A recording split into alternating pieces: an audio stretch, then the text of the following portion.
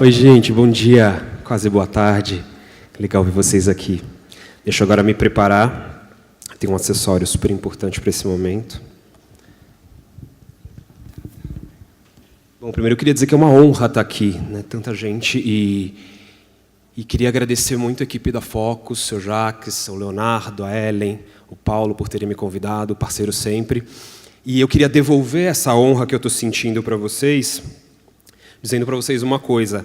Essa palestra que vocês vão ver hoje, vocês são o primeiro grupo no mundo a assisti-la, tá? A gente vai lançar o Inverno 19 e 20 em Paris na semana que vem. Então, antes do nosso lançamento lá, durante a Premiere Vision, a gente está trazendo um preview para vocês. Então, espero que vocês aproveitem. Deixa eu apresentar primeiro quem é a gente, né? Para quem não conhece o Nelly Rodi. E se puderem me trazer o passador, eu agradeço. Nós somos uma consultoria de tendências de comportamento baseada em Paris. A gente existe desde 85 e nós somos uma das primeiras agências que buscou, olhar para comportamento e ter no comportamento a fonte da nossa inspiração para a estética, para a forma, para a cor, para VM, comunicação, ativação. Então, isso desde desse momento desde 85 a gente tem essa abordagem. A gente está baseado em Paris, como eu falei para vocês, e em Nova York e em Tóquio. E aqui no Brasil, eu dirijo a operação do Nelly com um parceiro local que é a Storm, que é a minha empresa, que eu vou falar um pouquinho mais para frente dela. E a gente diz que a gente não é um bureau de tendências clássico, a gente faz o que a gente chama de previsão aplicada. Eu não vou jogar no seu colo um catatal de informação e de cor, eu vou te ajudar a aplicar aquilo a partir do DNA da sua empresa e do seu cliente. Então, um disclaimer para começar, antes da gente entrar no conteúdo em si. Olhem para tudo que a gente vai falar aqui nessa manhã com um filtro muito sério e muito estrito do seu DNA, de quem você é, de quem o seu cliente é. Esse é o principal filtro. Nada do que eu vou dizer aqui é categórico, nada do que eu vou dizer aqui é obrigatório. O que é obrigatório é o que o seu cliente vai comprar. E só você pode responder se isso faz sentido ou não. Combinado? Aqui um pouco do que a gente faz. A gente trabalha com consultoria estratégica, criativa de branding, de digital e de social. Essa foto que vocês estão vendo aí, Beautista, é um trabalho recente que a gente fez para o Printemps, a loja de departamento francesa, onde a gente refez todo o conceito da parte de beleza baseado em novos comportamentos do consumidor de beleza. Então, eles criaram o primeiro andar do prédio de beleza. Se vocês tiverem oportunidade de ir a Paris, vão lá visitar e lembrem de mim. A gente também trabalha com trend books e trend boxes, né? Alguns são livros, outros são umas caixinhas, nesses 9 temas: lifestyle, cores, estampas, tecidos, moda feminina, moda masculina, lingerie, e 2 que não são de moda, que é o de beleza e o de casa. E a gente tem o nosso portal, nellyrodi.com, onde tem pílulas diárias e relatórios diários de tendência de comportamento, desde alimento até startup, tecnologia, tudo que influencia de alguma forma o comportamento humano. Esse sou eu de costas, quando eu não tinha cabelo. E só complementando, a gente fundou recentemente a Storm, que é o braço fazedor, tradutor do conteúdo Nelly Rodi para o Brasil. A gente tropicaliza essa informação que vocês vão ver aqui. Enfim, o resto acho que eu vou deixar para correr um pouquinho mais. Essa palavra, gente, não tá faltando um O, tá? É porque a gente escreveu em inglês mesmo, é radicalism. Radicalismo é uma palavra forte, né? Uma palavra que está muito em alta, e um comportamento que está muito em alta nos dias de hoje. Eu imagino que na timeline do Facebook de cada um de vocês conseguem enxergar claramente quem é quem no espectro, principalmente hoje, político. Né? É esquerda, é direita, é pró isso, é contra aquilo. Os extremos estão muito exacerbados. Isso prenuncia um momento muito chave na humanidade, de transformação. E apesar dessa ser uma palavra que para muitas pessoas é sinônimo de tumulto, de risco, de coisas negativas, ameaças, a gente decidiu basear toda a nossa pesquisa e trazer o radicalismo como pano de fundo. Mas a gente foi na raiz do radicalismo. Vocês sabem qual é a raiz do radicalismo? É raiz. Radicalismo é uma palavra que vem de radix, do latim, que é raiz. Isso quer dizer o quê? Que o nosso objetivo aqui é levar cada um de vocês de volta para a raiz da criatividade, para a raiz da marca de vocês, para a raiz de quem é o cliente de vocês. E a gente sabe que cada um se comporta de uma forma, que cada marca tem o seu público-alvo. Por isso a gente trabalha o radicalismo em alguns aspectos que se diferenciam um do outro, pensando em diferentes tipos de consumidor. Trouxe 4. Esse espírito radical. Voltam os altos padrões. Precisamos nos nutrir apenas com o que nos ajuda a evoluir. Uma busca incansável por abstração, princípios puros, por uma fusão com a natureza e as artes. Para acompanhar essa busca inexorável por otimismo e bem-estar, o ultramarinho, quase um marinho preto, emerge como uma tonalidade essencial. E aí eu já vou revelando um pouquinho das cores que a gente vai trazer. Então a gente está falando aqui de um consumidor que é cerebral, contemplativo, e essa referência que vocês estão vendo na imagem do spa da marca The Book, uma marca de cosméticos, é feito exatamente para esse momento de contemplação. É um spa minimalista feito por esse coletivo de design, o Sigue. Então, se vocês quiserem se aprofundar nessa estética, busquem essa referência. Em seguida, a gente traz uma busca radical. Atualizou-se, tá? Acho que tem um typo aí. Atualizou-se a busca pelo Graal. Cavaleiros e pilotos se unem sem medo ou culpa para iluminar o caminho para uma nova criatividade e para superar poderes e dinastias antiquadas. Essa fome por liberdade lança a mão de um estandarte de pretos amarronzados selvagens. Eu adoro essas palavras, né? Selvagem. Como que é um preto selvagem, gente? Mas, enfim, deixa para a imaginação de vocês. Aqui a gente está falando de um consumidor que pode parecer um novo rico, que não tem medo de se exibir, não tem medo de ser bling-bling. A gente está chamando eles de novas dinastias, em vez de novos ricos, mas bonito, né? E esse designer, o Tristan Auer, foi eleito ano passado pela Maison et Objet, a maior feira de design da Europa, como designer do ano. E ele tem essa abordagem, esse estilo nos trabalhos dele. Então, sugiro que vocês também, se quiserem se aprofundar, conversem e se referenciem por ele. O próximo radicalismo, a gente fala de uma utopia radical. Precisamos reempoderar nossos ideais de infância, mesmo os não tão louváveis. Podemos ser Peter Punks e demandar novos direitos, nosso direito à resistência, poética e social, gentil e incisiva, utópica e rebelde. Essa aposta no futuro brinca com tonalidades suaves e oníricas de sonhos, de cinzas recoloridos. Então, a gente está falando aqui de uma abordagem jovem e revolucionária, mas que também é gentil. Então, a gente faz esse contraponto dos cinzas com os tons pastel. Na referência do lado, é uma instalação da marca de carro Mini, feita em Milão, e tentando traduzir o que seria o novo habitat, a nova casa. Então, é uma casa que é super respirável. Isso que vocês estão vendo é uma tela, ela não tem paredes, ela tem uma tela que deixa a luz entrar na medida do necessário. Então, também deem uma olhada nisso, porque é uma aposta da Mini, e enfim, uma instalação de arte, sobre como a gente vai viver no futuro, pensando em compartilhamento e em uso consciente de recursos. O último tema, ou enfim, a última radicalidade, fala de uma sensualidade radical. O radicalismo não é destrutivo, mas uma fonte de renovação. Esse desejo rompe com a depressão do ambiente, atualizam-se generosas curvas e estimula-se uma profusão de padronagens e inspirações numa celebração sensual da beleza. Essa expressão estética é perfeitamente ilustrada por, olha essa cor, gente, pretos, roxos, tinta de caneta. Estoura uma caneta Bic e você vai saber do que eu estou falando. Então, normalmente, eu já estou trabalhando com ele já há algumas estações, a gente sempre tem uma abordagem mais minimalista, uma abordagem mais jovem, utópica, uma abordagem mais tradicional e uma abordagem um pouco mais sensual. Antes de entrar nas abordagens em si, eu já vou pedir desculpa porque esse é um evento de verão e eu vou trazer uma escuridão absoluta nas cores-chave, mas, de novo, vocês são os primeiros no mundo a verem isso, então se sintam honrados. A gente chamou essas 4 cores-chave de Dark Matters. Dark Matters pode ser traduzido de 2 formas. Matérias escuras ou o escuro importa. Né? Trocadilhos desse povo de tendências. Mas, enfim, o importante aqui é a gente entender que são 4 bases em cima das quais a gente vai acentuar outras cores, e aí de acordo com o gosto do freguês.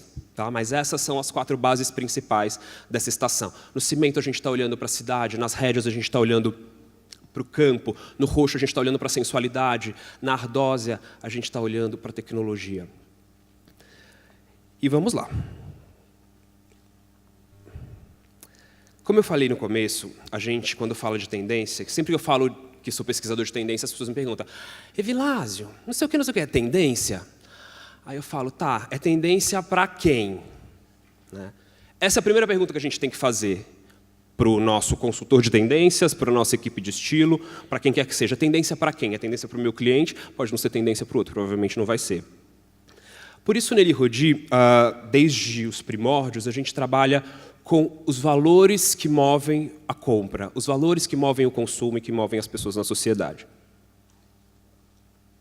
Essa matriz é composta, que a gente chama de observatório sócio-estilo, é composta de cinco drivers de consumo. Lá no meio, vocês estão vendo essa bolinha, está escrito função. Em função, a gente fala de dia a dia, de necessidade básica, do elementar. Em torno da função, existem 4 valores que são um pouco mais extremados, né? Em cima, a tradição, onde a gente fala de códigos, de herança, de reafirmação. E o oposto a ele é a expressão. Falamos de liberdade, afirmação, singularidade. Acho que vocês já estão imaginando quem é o seu consumidor aí dentro dessa roda, né? No eixo horizontal, a gente opõe a razão, que fala de intelecto, de conceito, a emoção, que fala de espontaneidade, de sensação, de sensibilidade. Como a gente sabe que ninguém é uma coisa só, as nossas histórias, que são esses pedaços de pizza coloridos, elas sempre se encontram entre 2 desses valores. Então, ali no azul, a história master, ela é um consumidor que é entre razão e tradição. Ele nem é 100% um, nem 100% o outro. Okay? A gente sabe que as pessoas são e têm mais de um valor e vivem mais de uma coisa dentro de si. Então, essas são as 4 histórias da estação: Master, Ride, Oddity, que é... Ride é a jornada, Oddity, estranheza, e Spirit. A gente vai falar dessas 2, é preview, mas depois a gente vai lançar as outras aqui no Brasil, tá? Depois de Paris, eles vão nos liberar todo o material, mas agora a gente vai se aprofundar nessas 2. A primeira história, Ride, a jornada, ou o passeio, ou a corrida. A gente está falando aqui de liberdade, independência, de consumidores que conhecem o que é bom. Lembra que eu falei dos novos ricos, da nova dinastia? São essa turma aí. Estamos olhando para pessoas entre pilotos urbanos e cavaleiros, que não tem problema em exibir seu status, né, porque eles são senhores do seu destino e são os fomentadores dessas novas dinastias. Vamos ver um vídeo que ilustra um pouco de quem eu estou falando.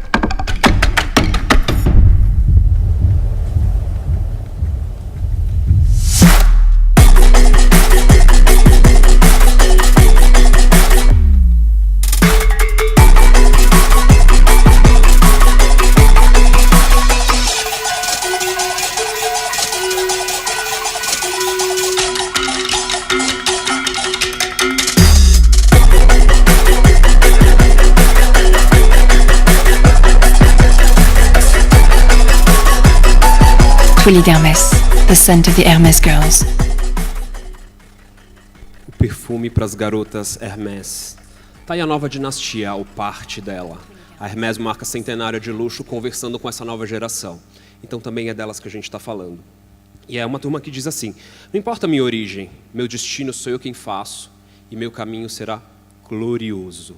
E a gente ilustra com um Balmain bem característico desse arquétipo de consumidor. A gente está olhando aqui para referências como brasões e cavalaria, pensando numa tradição, e pensando em tecnologia, a gente está olhando para o carro altamente tecnológico, para a velocidade, para o relógio. Então a gente está pensando em elementos que validam essa dinastia, seja na tradição, seja na tecnologia. E a gente também está olhando um pouco para a proteção, né? Aqui nessas referências de casa, a gente olha para esse núcleo protegido dessa dinastia. E hoje um dos maiores formadores de novas dinastias a gente sabe que é o futebol, né? A família Beckham é quase a família real inglesa, né? E a gente tem outras dinastias se formando. Será que vamos ter uma família Neymar, uma família real brasileira? Quem sabe? E nessa brincadeira do luxo, de encontrar o luxo e o esporte, né? Pessoas que vieram do nada ganham muito dinheiro no esporte.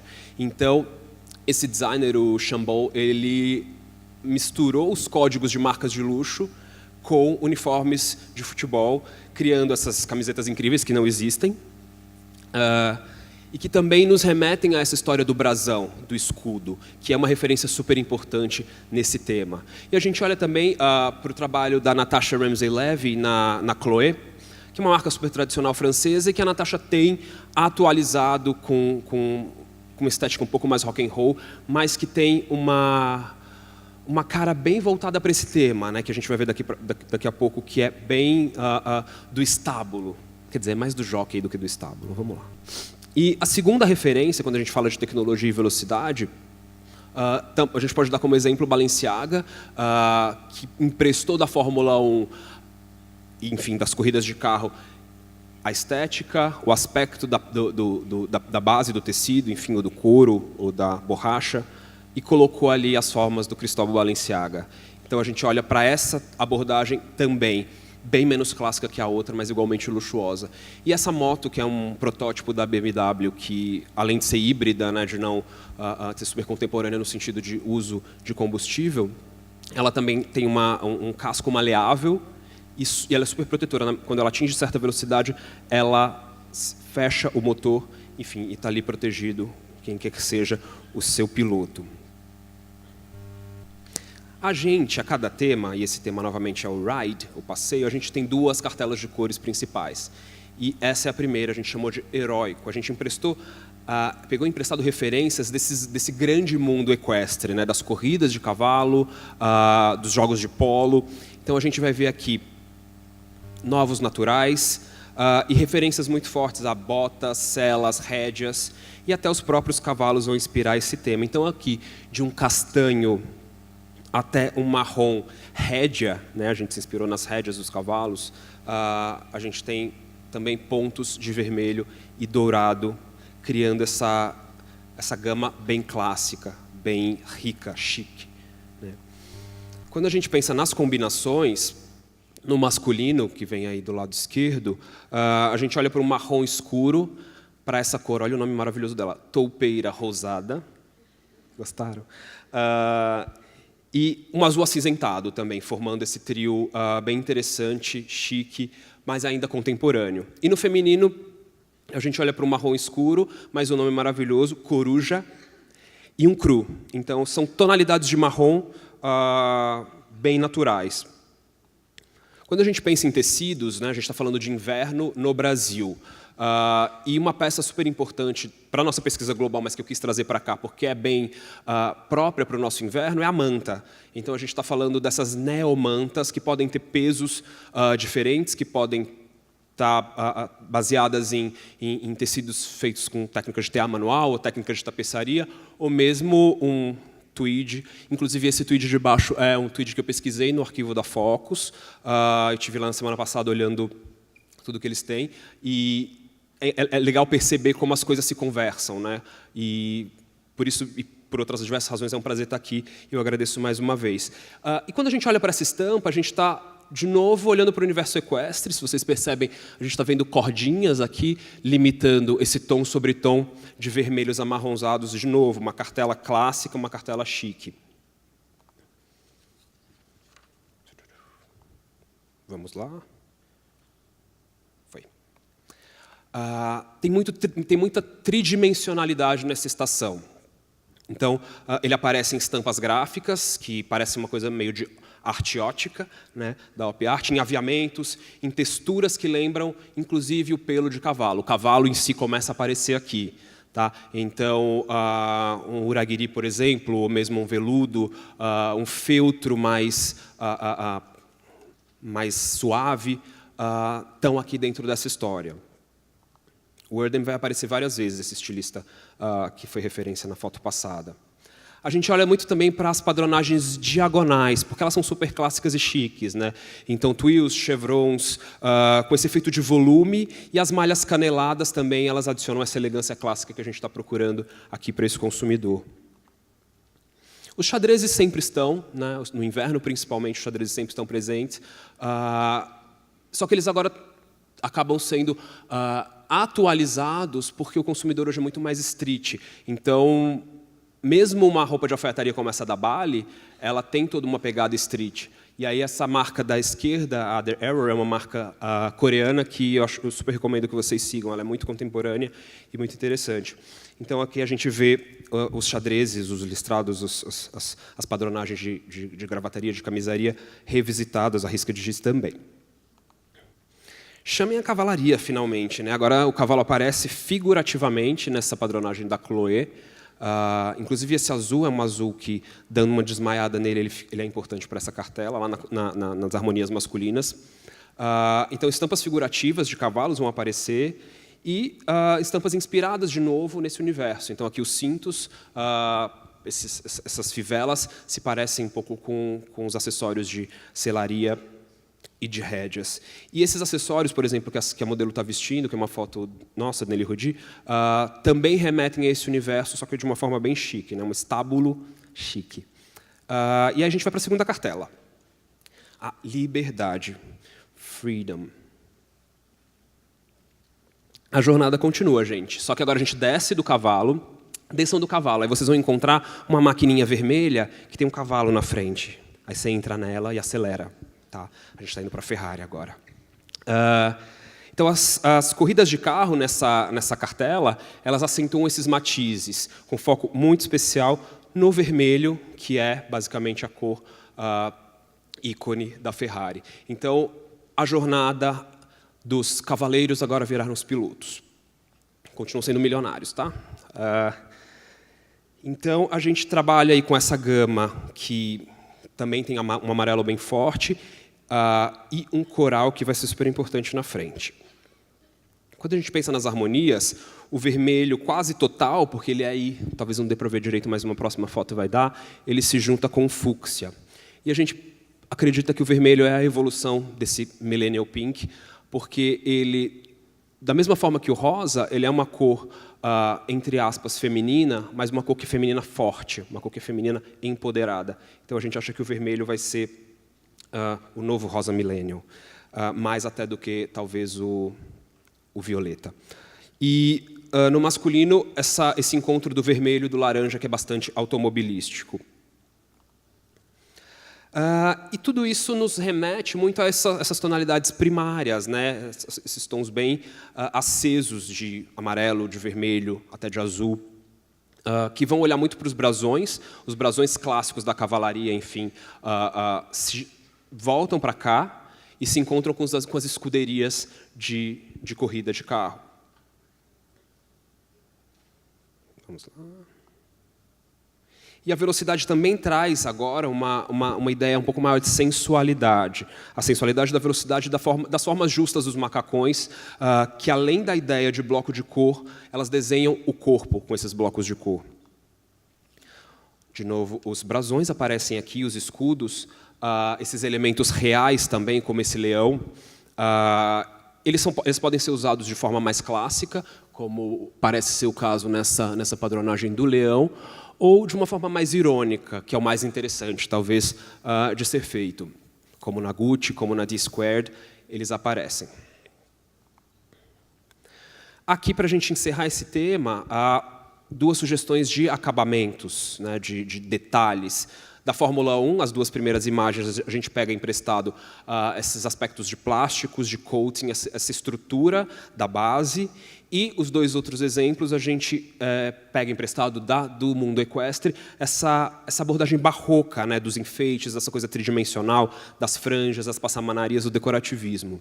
Tá? Então, pensando em acabamentos, essas duas abordagens são o que a gente quer deixar. E a gente termina esse tema com as cores-chave agora do tema. Né? Lembra que a gente falou das cores-chave da estação, que eram aquele azul, aquele cinza, aquele marrom e aquele roxo? Para esse consumidor especificamente, a gente vai olhar do lado esquerdo o vermelho, que a gente chama de vermelho Nazca, que é, enfim, do autódromo, junto com um marrom inspirado pela Red, então um marrom bem profundo, bem escuro. E à direita, duas tonalidades de marrom, um avelã com uma castanha, que se complementam. E a gente vai para o nosso segundo tema do nosso preview. Aqui a utopia encontra a distopia. A gente estava antes num tema super clássico, de pessoas tradicionais, agora a gente está indo para uma juventude completamente oposta. Tá? Aqui são os que eu chamei de Peter Punks. Outro mundo é possível, eles acreditam. É um tema muito voltado para a cultura urbana, para códigos e estéticas da rua. Eu sou vegano, eu sou anti-armas, eu sou pró-LGBT, mas é uma revolta gentil, não de confrontação, mas de transformação. E aí eu queria mostrar para vocês um vídeo da Shiseido, que também ilustra um pouco como se comunicar com essa nova geração.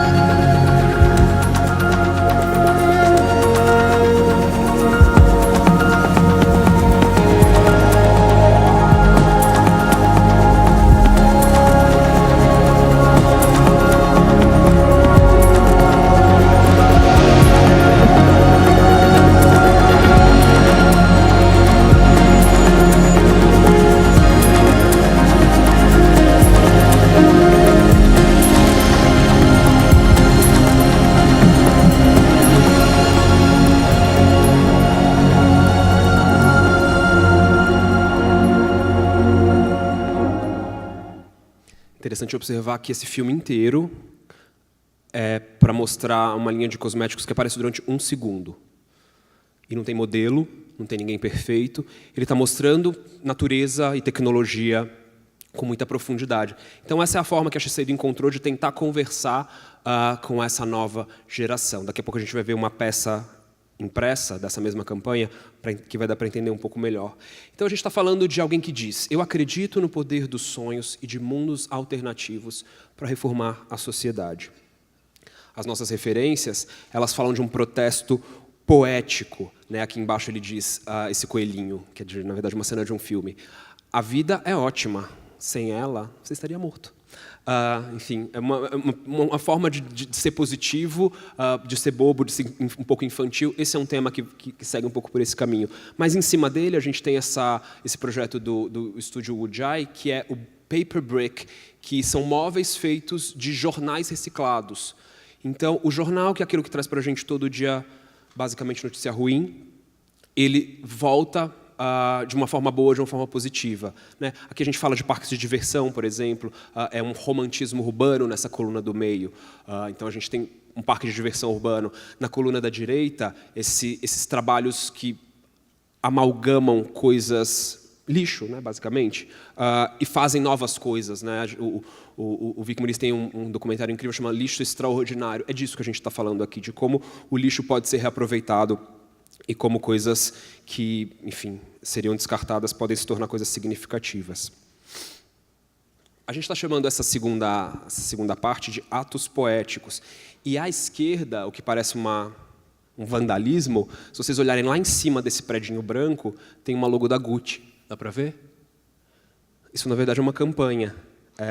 No subúrbio de Paris, a Gucci se juntou com Coco Capitan, o grafiteiro, enfim, que fez isso, o artista, e disse que o senso comum não é tão comum. O que significa isso, né? A Gucci procurando conversar com o seu novo público. A Gucci tinha um público do tema 1, né? Todo mundo lembra da Gucci. E ainda continua tendo, mas ela quer chegar nesse novo público também e está sendo muito bem sucedida nisso. E essa é a campanha da Shiseido. Olha quem são os modelos. É gente como a gente como essa geração com quem a Shiseido quer falar. Quando a gente olha para moda e para VM, a gente pensa nesse Peter Punk, né, que está entre o niilismo, o não acreditar em nada, e o conto de fadas. Então ele está ali no meio, ele acredita em alguma coisa, mas ele ainda é um pouco infantil, ou talvez um pouco imaturo. Mas aí outra história surge, é uma mistura entre o hard e o soft, entre o macio e a dureza. E aí as referências são essa nova loja da Acne Studios, em Milão, que parece um castelo de princesa contemporânea, né? Ou de príncipe contemporâneo.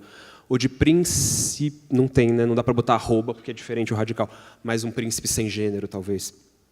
E à direita, essa marca inglesa, Alistair James, que é uma dupla de estilistas que saíram do McQueen e que usam todo esse savoir-faire do Savile Row, da alfaiataria inglesa, mas com mensagens super contemporâneas, meio punk, para falar também com essa geração. A primeira cartela de cores, a gente está falando de umas harmonias acinzentadas dentro de um sonho. É como se fosse um conto de fadas urbano entre o concreto da cidade e o acúmulo do lixo, o acúmulo de tudo dentro da cidade. Viajei, né? Mas, enfim, aqui está materializado. Então, a gente vê muitos tons... É como se fosse uma cidade como São Paulo, com uma garoa, com uma poluição, dentro de um sonho. Então, se adiciona aí uns tons pastel.